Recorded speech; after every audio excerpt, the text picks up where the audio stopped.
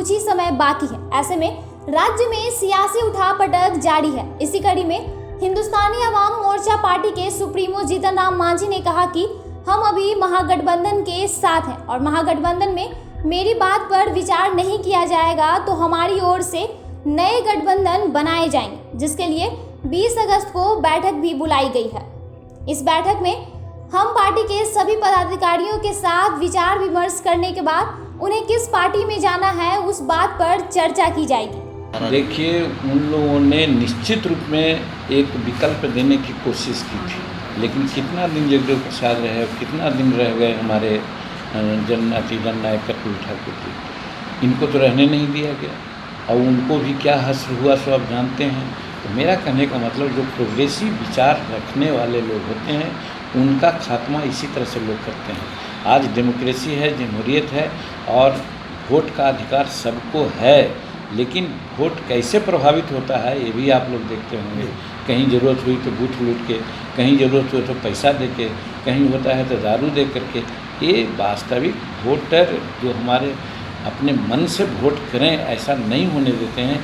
यही कारण है कि आज हमारा विकास नहीं हो रहा है। वही हमने कहा कि शेड्यूल कास्ट का सभ्यक विकास इन सब कारणों से नहीं हो रहा है। हमारी पार्टी का यही मंशा है कि हम लोगों को अगर मौका मिलेगा या मदद करने की बात होगी तो इन्हीं शर्तों पर हम मदद करेंगे कि ताकि हमको जुडिशरी में आरक्षण मिल जाए या निजी क्षेत्र में आरक्षण हो जाए, कॉमन स्कूलिंग सिस्टम हो जाए या फिर वो कॉमन स्कूलिंग सिस्टम हो जाए। ये बात होगी, हम लोग साथ देंगे और साथ करने पर यही मेरा मुद्दा रहेगा।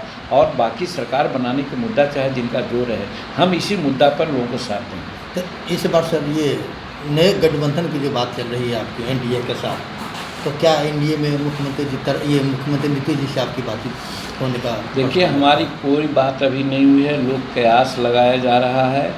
एक बात ज़रूर है कि हम महागठबंधन में अभी भी अपने को मानते हैं, लेकिन महागठबंधन में यदि डेमोक्रेटिक नॉर्म्स नहीं अपनाया जाएगा, जिसकी बात हम कह रहे हैं कि कोऑर्डिनेशन कमेटी बनाइए, और कोऑर्डिनेशन कमेटी कहते कहते हम समझते हैं कि 6 महीना लग गया, 7 महीना लग गया।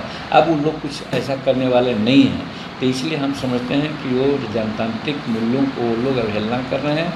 वहाँ डिक्टेटरशिप लाना चाहते हैं कि हम जो कहते हैं वही होगा, दूसरा का कोई नहीं। तो वैसी परिस्थिति में हम अपना विकल्प ढूंढ रहे हैं और विकल्प के लिए अगला जो 20 तारीख है उस दिन हम अपना कोर कमेटी की बैठक रखी है और हमारे सामने कई एक विकल्प हैं। हमारे सामने विकल्प हैं, ओवैसी जी भी विकल्प हैं, हमारे सामने मायावती भी विकल्प हैं, हमारे सामने कांग्रेस भी विकल्प हैं, हमारे सामने नीतीश जी भी विकल्प हैं। इन चारों विकल्पों में किसको हम चुनेंगे ये 20 तारीख को हम लोग तय करेंगे। लेकिन ये ज़रूर लगता है कि जिस महागठबंधन में हम आए थे कि लालू जी सामाजिक प्रेरणा के आदमी हैं और हम इसीलिए आए थे कि मिलजुल करके हम लोग सामाजिक परिवर्तन करेंगे, यानी आरक्षण की लड़ाई करेंगे। उस लड़ाई को लालू जी ने एक तरह से फिजिल आउट कर दिया, उसको हतोत्साहित किया। कब? कि जब बिहार के 40 विधायकों में 32 विधायक मिल करके तय किया था कि जो 4 मुद्दे हमारे हैं उस पर हम लोग पटना से लेकर दिल्ली तक लड़ाई करेंगे। उस समय अपने 10 विधायकों को लेकर के उन्होंने अलग डब्बी बजाना शुरू कर दिया, हमारी वो लड़ाई ख़त्म हो गई। तो वैसी परिस्थिति में हम मान के चलते हैं कि हमारे शेड्यूल कास्ट का जो मेन मुद्दा है उस पर एक कुछ करने वाले नहीं हैं।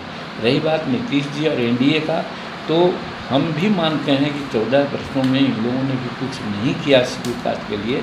लेकिन जब हम लोग मिले और मिल करके ये नारा दिया बिहार के विधायकों ने कि भाई ये चारों मुद्दों पर हम लोग लड़ेंगे और भारत सरकार के 131 एमपीज़ को या फिर 1084 विधायकों को भी एक प्लेटफॉर्म पर ला करके इसको सारगर्भित रूप में आगे बढ़ेंगे।